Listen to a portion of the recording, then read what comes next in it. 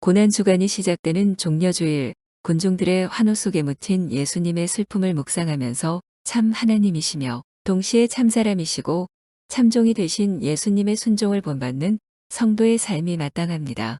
왕 되신 예수님의 길은 겸손한 가운데 드러나는 화려함이 있고 고난을 회피하지 않고 정면 돌파해 나가야만 하는 절대 순종을 통해 절정에 이르게 됩니다. 예수께서 성전에 들어가사 성전 안에서 매매하는 모든 사람들을 내쫓으시며 돈 바꾸는 사람들의 상과 비둘기 파는 사람들의 의자를 둘러 엎으시고 그들에게 이르시되 기록된 바 내 집은 기도하는 집이라 일컬음을 받으리라 하였거늘 너희는 강도의 소굴을 만드는도다 하시니라. 맹인과 저는 자들이 성전에서 예수께 나오매 고쳐주시니 대제사장들과 서기관들이 예수께서 하시는 이상한 일과 또 성전에서 소리질러 호산나 다윗의 자손이여 하는 어린이들을 보고 노하여 예수께 말하되 그들이 하는 말을 듣느냐? 예수께서 이르시되 그렇다. 어린아기와 젖먹이들의 입에서 나오는 찬미를 온전하게 하셨다 함을 너희가 읽어본 일이 없느냐 하시고 그들을 떠나 성 밖으로 베다니에 가서 거기서 유하시니라. 아멘. 예, 종려주일이라고 하는 것은 사순절의 마지막 주일, 부활절의 마지막 전주일입니다. 그래서 다음 주일은 부활주일인데 종려나무 가지, 폐암추리를 가지를 흔들며 예수님의 예루살렘 입성을 환영했던 것을 기념해서 팜 선데이를 하죠. 그 다른 말로는 고난주일이라고도 합니다. 종려주일을 고난의 시작이기 때문에 패션 선데이, 고난주일이라고도 하는데 Book of Common Worship에 보면은 A day of drama and paradox, of triumph and tragedy. 이게 이어서 paradox라는 말을 썼는데요. paradox라는 것은 한국말로 한다면 역설이라는 말인데 오늘 설교 제목과 같은 거예요. 영광스러운 슬픔의 행진이다. 영광이면 영광이지 슬픔은 뭐냐 이렇게 생각하듯이 The March of Glorious Grief. 마치가 영광스럽긴 하지만 거기에는 슬픔이 있다는 겁니다. 그래서 패러독스의 영어에 대한 설명을 보면 is a logically self-contradictory statement. 그러니까 자기 자신의 생각 자체가 충돌하는 거예요. Or a statement that runs contrary to one's expectation. 자기가 기대했던 것과는 다른 것들이 속에 있는 겁니다. 상반된 것도 있는 거죠. It is a statement that despite apparently valid reasoning from true premises leads to a seemingly self-contradictory or logically unacceptable conclusion. 그러니까 자기 충돌이 일어나는 거예요. 그리고 논리적으로는 설명이 안 되지만 그것이 이중성이 있는 거예요. 어떻게 보면 이중성이라고 볼 수 있는데 영광과 슬픔은 대조가 되잖아요. 영광스러운 슬픔의 행진이다 했는데 영광스럽지만은 거기에는 슬픔이 깔려 있다는 것을 말씀을 증거하면서 같이 나누고자 합니다. 먼저 예수님의 예루살렘의 입성이 사실은 종려주일인데요. The Triumphal Entry라고도 합니다. 마태복음 21장과 마가복음 11장, 누가복음 19장, 요한복음 12장 이렇게 사복음서에 다 기록이 되어 있어요. 그 내용들이. 그런데 이제 오늘 본문 말씀보다 약간 앞선 부분이 사실은 Triumphal Entry인데 예수님의 예루살렘 입성인데 제가 그걸 스킵하고 뒷부분을 다녔거든요. 근데 그 앞부분에 보면은 1절에서 5절에는 나귀를 준비한 어떤 성도가 있었는데 제자들이 예수님의 말씀을 대로 순종해서 가가지고 주가 쓰시겠다 이렇게 해서 그 나귀를 가져옵니다. 그리고 준비하고 6절 말씀 보게 되면 제자들이 가서 예수께서 명하신 대로 하여 나귀와 나귀 새끼를 끌고 와서 자기들의 겉옷을 그 위에 얹음에 예수께서 그 위에 타시니 무리의 대다수는 그들의 겉옷을 길에 펴고 다른 이들은 나뭇가지를 베어 길에 펴고 앞에서 가고 뒤에서 따르는 무리가 소리 높여 이르되 호산나 다윗의 자손이여 찬송하리로다 주의 이름으로 오시는 이여 가장 높은 곳에서 호산나 이렇게 하더라. 아주 소박하지만 아주 퍼레이드를 펼칩니다. 예수께서 예루살렘에 들어가시니 온 성이 소동하여 이르되 이는 누구냐 하거늘 무리가 이르되 갈릴리 나사렛에서 나온 선지자 예수라 하니라. 이게 무슨 의미를 이야기하는지 아시죠? 대부분의 무리들이 예수님에 대해서 생각한 것은 갈릴리 나사렛이라는 보잘것없는 것에 나왔지만 어뉴절하게도 선지자 예수라고 했어요. 하나님이 보내신 자지만 하나님의 아들이라는 것을 감히 생각하지 못하고 선지자라는 입장에서 환영식을 벌쳤습니다. 왜? 우리를 구원할 테니까. 호산나. 이 호산나는 원래 시편 118편 25절에 나오는 히브리어입니다. 히브리어로는 호시아나인데 헬라어로 음력해서 호산나가 된 것인데 여기서 나라는 것은 지금이라는 뜻이고, 그리고 호시아는 뭔가 하면은 그런 구원이라는 뜻이에요. 호세아나 뭐 여호수아 이런 것과 같이 어원이 같은 말인데, 예수라는 이름도 구원이라는 이름이잖아요. 예수 그리스도. 구원이라는 뜻이에요. 그래서 마태복음 1장 21절에 이런 말씀이 나오는데, 아들을 낳으리니 그 이름을 예수라 하라. 그가 자기 백성을 그들의 죄에서 구원할 자이심이라. 우리를 구원하소서 하는 그러한 소리로서 사람들이 높였어요. 그래서 구원이라는 뜻인데, 호산나를 직역하면은 Save us now, save me now. 지금 나를 구원해달라. 지금 우리를 구원해달라 이거예요. 잘 알아야 될 것은, 우리가 유대인 백성들이 이렇게 외치는 데는 당연한 이유들이 있습니다. 로마 통치하의 유대인들의 입장에 있어서 메시아의 출현이라는 것은 놀라운 구원자의 출현이고, 정말 예수가 자기들을 구원해 줄 줄 알았어요. 현실에서. 저 세상보다는 현실. BC 63년에서 AD 135년 사이에 로마 통치하에 유대인들이 있었는데, BC 63년에 예루살렘이 로마의 폼페이에게 함락됨으로써 이제 독립을 잃게 됩니다. 유대들은. 그리고 이제 그 가운데 민족주의 정신을 가지고 있는 사람이 폭동들을 일으켜가지고 AD 70년에는 예루살렘과 유다가 완전히 파멸될 때까지 이르렀는데, 그리고 이제 또한 유다인들은 자신들의 사법과 입법기관인 사내들인 공회를 실질적으로 가지고 있었어요. 로마에 치하 있었지만은 자기들의 법치가 있었어요. 사내들인 공회라고 해가지고. 그렇지만은 이제 사람을 죽이고 살리는 그런 권한은 없었어요. 거기서 이제 법을 이렇게 집행하지만, 근데 유다의 열심당이라는 극단주의자들은 로마에서 계속 투쟁했기 때문에 유대 이스라엘 사람들을 불안 상태에 계속 빠뜨렸습니다. 계속해서 반란을 일으키고 하니까 로마가 가만히 있겠습니까?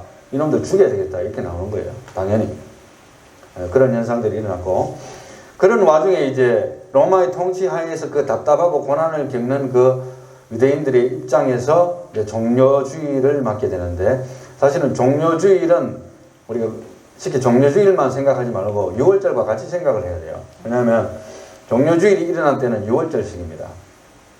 출애굽기 12장을 보면 여호와께서 애굽 땅에서 모세와 아론에게 일러 말씀하시되, 이 달을 너희에게 달의 시작 곧 해의 첫 달이 되게 하고, 너희는 이스라엘 온 회중에게 말하여 이르라. 이 달 열흘에 너희 각자가 어린 양을 잡을지니. 6월절과 관계된 달이 이스라엘의 신년이에요. 신년. 그렇게 이제 하나님께서 명령하신 거예요.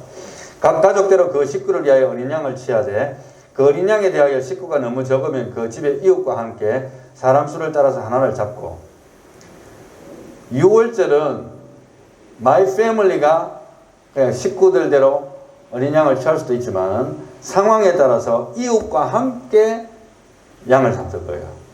영적인 일도 비슷한 거예요. 그리고 각 사람이 먹을 수 있는 분량에 따라서 너희 어린 양을 계산하고, 너희 어린 양은 흠없고 일년된 수컷으로 하되 양이나 염소 중에서 취하라 했습니다. 염소도 되는 거죠. 이달 열나흘까지 간직했다가 해질 때에 이스라엘 회중이 그 양을 잡고, 이제 열흘에 잡았다가 열나흘이니까 4일이죠. 예. 잡지는 않고 선택을 하고 열나흘 때에 이스라엘 회중이 그 양을 죽이는 거예요. 네, 그렇게 되어 있습니다. 전 세계에 지금 현재 수많은 유대인들이 있지만은 이제 새해를 맞는 것이 다릅니다. 그래서 유대인의 1월을 티슈리라고 하는데 대략 태양력으로는 한 9월에서 10월 사이에 해당이 됩니다. 이제 앞으로도 좀 연구를 하면서 제가 또 언급할 기회들이 많을 것 같습니다. 그래서 그러한 와중에 이제 예수님께서 6월절을 기념하면서 올라오시면서 실제로는 예수님이 제물이 되는 거예요. 어린 양이 되는 거예요. 타이밍이 거의 그렇게 맞아떨어집니다. 일요일날, 주일이죠. 오늘같이 일요일날 예루살렘 입성해가지고 성전을 둘러보시고 그 다음에는 다시 베다니로 가십니다. 그리고 실제로는 오늘 본문 말씀은 월요일에 있었던 사건인데 왜 제가 월요일에 있었던 사건을 했는가 하면 예수님의 그 예루살렘 입성만 생각해가지고 끝이 나면 고난주간에 대한 묵상이 없잖아요. 그래서 고난주간에 대한 묵상을 대체적으로 우리가 생각하면서 예수님께서 가시는 방향은 지금 나귀를 타고 겸손하시지만 이렇게 행진을 하는 그런 멋있는 환영을 받는 호산나 다윗의 자손이요. 여기까지만 생각하면 안 된다는 것을 말하는 거예요. 고난을 향해서 실제로는 가고 계신다는 것을 펼쳐봅니다. 월요일 날 예루살렘에 가시는 길에 무화과나무를 보시고 저주를 했습니다. 왜? 열매가 없으니까. 열매 없는 신앙에 대한 하나의 비유적인 내용이라고 볼 수 있어요. 그리고 성전을 깨끗이 정화합니다. 내 집은 만민이 기도하는 집이라 하였거든. 오늘 성경 말씀에 나오죠. 거기서 너끈으로 채찍을 만드시고 다 후려치시면서 상을 다 둘러엎으시고 화를 내셨어요. 그래서 기도를 해야 되는데 여기서 지금 너희들이 뭐하는 짓이냐. 그리고 또 병든 자를 고치시고 거기에 대해서 이제 대제사장들과 서기관들이 예수님을 비난합니다. 왜 저런 짓을 하지? 네가 뭔데? 이런 식으로 비난을 하고 다시 베다니로 다시 돌아오십니다. 그리고 이제 화요일이 됐어요. 화요일이 되면은 이제 어제 저주하신 무화과나무, 월요일날 저주하신 무화과나무를 확인하면서 제자들이 보니까 다 말라버렸거든요. 주여, 주님께서 저주하신 것이 말라버렸나이다. 그리고 대제사장과 장로들이 예수님께 질문을 해서 또 대답을 하고 무슨 권위로 이런 일을 하느냐. 그 다음에 감람산 위에서 제자들과 또 예수님의 자신에 대해서 말씀을 해주고 계십니다. 앞으로 행로에 대해서. 그리고 수요일 날은 실질적인 예수님의 그 행로는 기록이 된 게 없어요. 아마도 이제 침묵의 수요일이라고도 하는데 Silent Wednesday. 그런데 유다가 예수님을 배반하기 위해서 예루살렘에 홀로 온 것이 그때가 아니겠는가. 다만 추측입니다. 그리고 목요일이 됐을 때는 이제 이번 주 목요일이 되는 거죠. 맞아요. 저기로 따진다면은 6월절 만찬을 준비하시고 6월절 식사 최후의 만찬이 일어납니다. 네, 최후의 만찬. 거기서 이제 누가 예수님을 팔잔지를 이야기하시죠. 그럽니다. 다락방에서 제자들이 발을 또한 씻기시고 고난이 있기 전에 마지막 당부의 말씀을 하셨습니다. 요한복음 13장에서 17장이 나오는데 그리고 나서 이제 아주 유명한 겟세마네 동산에서의 기도가 있습니다. 겟세마네 동산의 기도. 그리고 이제 금요일 날은 뭡니까? 금요일 날은 제자들이 이제 다 도망가죠. 가룟 유다가 와서 예수님을 재판에 도와주고 예수님은 스스로 나섭니다. 그리고 이제 재판을 받으시고 종교 지도자들에게 먼저 재판받습니다. 그런데 이제 종교 지도자는 아까 이야기했듯이 사내들인 공회 이런 데서는 사람을 죽이고 살릴 권위가 없어요. 그러니까 정치로 넘어갑니다. 그러니까 정치 권력자들도 손을 씻어버리는 거예요. 빌라도도. 그렇지만 계속해서 결국에는 결론은 예수님이 십자가에 못 박히게 됩니다. 그래서 십자가가 고난을 당하시고 돌아가시는 날이 금요일. 그래서 무덤에 장사되시는 이 금요일입니다. 그 토요일은 예수님 어디 계셨는가? 뭐 여러 가지 논란이 있습니다만은 생략하고 누가복음 23장 43절에 근거해서 십자가의 상에 강도에게 하신 말씀을 생각해서 예수께서 이르시되 네가 진실로 내게 이르노니 오늘 내가 나와 함께 어디에 있으리라? 낙원에 있으리라. 아멘. 그래서 예수님께서 3일 동안 이 3일이라는 것이요. 우리가 성경의 3자는 완전수예요. 완전수. 완전히 죽으신 겁니다. 확실하게. 그렇게 이해하면 될 것 같아요. 예수님이 딴 데 어디 갔느냐 너무 추적하다 보면 성경을 벗어나는 생각하기 때문에 안 하려고 합니다. 자, 그러면은 오늘 간단하게 우리가 사실은 월요일에서 주일부터 종료주일이잖아요. 주일부터 시작해서 금요일, 토요일까지. 그러니까 그 다음 주일은 부활주일이니까 다음 주일에 다루기로 하고, 그까지만 우리가 간단하게 생각했습니다만, 하나님이신 예수. 그러나 동시에 예수님은 사람이잖아요. 사람이신 예수로 오셨잖아요. 그 사람이신 예수로서의 종된 모습, 그걸 볼 수가 있는데, 그 종으로서의 예수님의 그 마음이 어땠는가? 그것이 바로 영광스러운 슬픔을 행진하는 그 마음이에요. The March of Glorious Grief. 그래서 제가 이 설교를 준비하면서 타이프를 하면서 제가 뭐라고 타이프를 했는가 보면 두려움에 떨고 있는 예수 하고 퀘스천 마크를 제가 붙여놨어요. 마태복음 26장을 근거로 해서 두려움에 떨고 있는 예수. 완전 이단 아닙니까? 이 정도 되면 이단 목사 아닙니까? 그런데 인간 예수로서의 봤을 때에는 아마도 두려움에 떨고 있는 예수가 아닌가 저는 그렇게 생각합니다. 마태복음 26장 36절에 이에 예수께서 제자들과 함께 겟세마네라 하는 곳에 이르러 제자들에게 이르시되 내가 저기 가서 기도할 동안에 너희는 여기 앉아 있으라 하시고 베드로와 세베대의 두 아들을 데리고 가실새 고민하고 슬퍼하사 이에 말씀하시되 내 마음이 매우 고민하여 죽게 되었으니 너희는 여기 머물러 나와 함께 깨어 있으라 하시고 My soul is deeply grieved to the point of death. 내 영혼이 정말 너무너무 슬퍼하게 됐고 to the point of death. 거의 죽기 직전까지 갔다 내 마음이. Remain here. 나와 함께 여기서 머물러서 and keep watch with me. 나와 함께 깨어있자. 기도하자. 모래시계 드라마 제가 언젠도 한번 이야기했습니다만 잊을 수가 없는 명장면인데 거기서 최민수 사형집행전에 최민수가 거기서 뭐라고 나온지 모르겠는데 이름이 기억 안 나는데 사형집행전에 자기 친구 검사에게 이렇게 묻습니다. 입술을 떨면서 나 떨고 있니? 그러니까 검사 친구가 뭐라고 대답하는가 하면 아니. 이렇게 대답하는 말이 그게 겁나. 내가 겁낼까봐. 정말 명대사 아닙니까? 사람의 가장 마지막 순간에 가지고 있을 그 두려움의 요소를 있는 그대로 잘 표현한 부분이에요. 성경 말씀인데도 불구하고 예수님이 내 마음이 매우 고민하여 죽게 됐다 이렇게 했어요.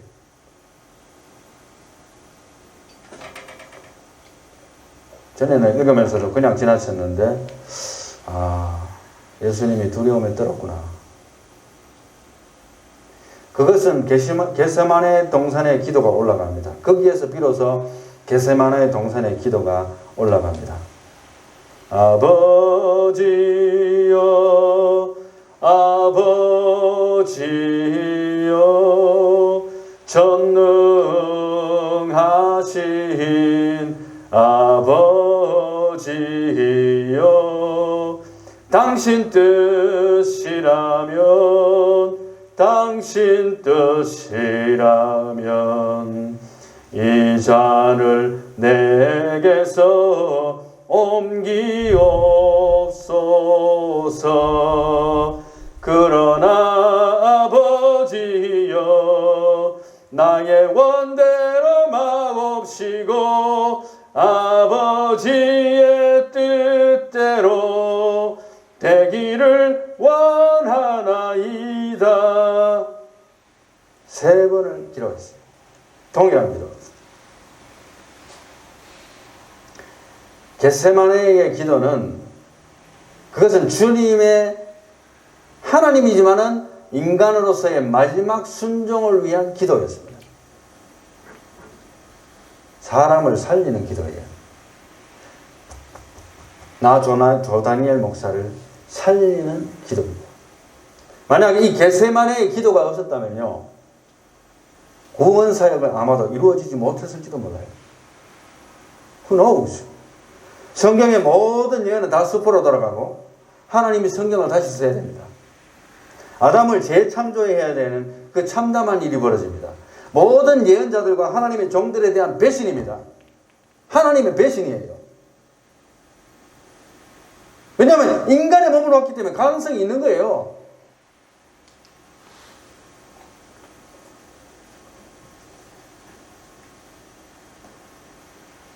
그래서 결론을 말씀드리면 이렇습니다. 주님 가신 그 길을 나도 걸어야 하네. 온 인류, 나를 위해서 자기 몸을 버리신 예수님. 사람으로 오셔서 사람의 모양으로 사람의 마음과 고통과 슬픔과 죽음과 두려움을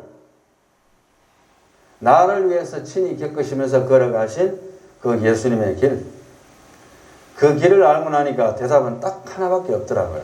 다른 대답이 없어요. 아시는 분은 같이 부르면서 이 설교를 마감할까 합니다.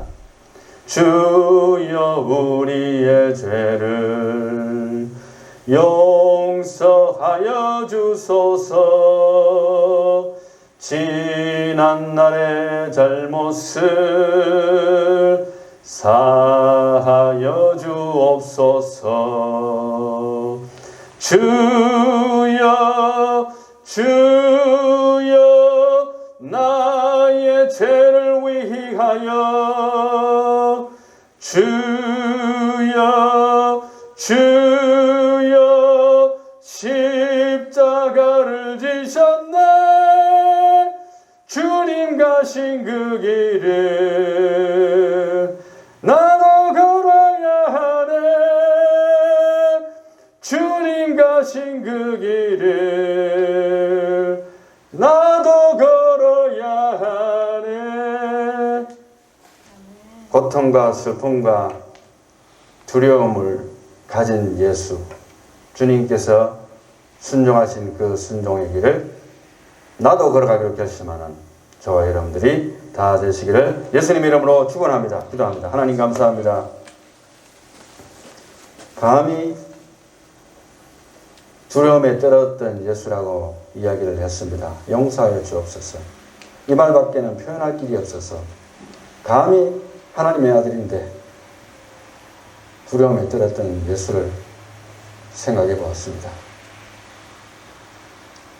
우리의 삶에 많은 고난이 있을 줄 압니다. 주님 오실 때까지.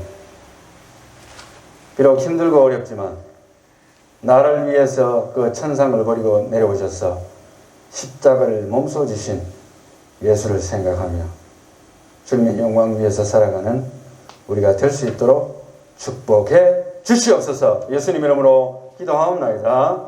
아멘.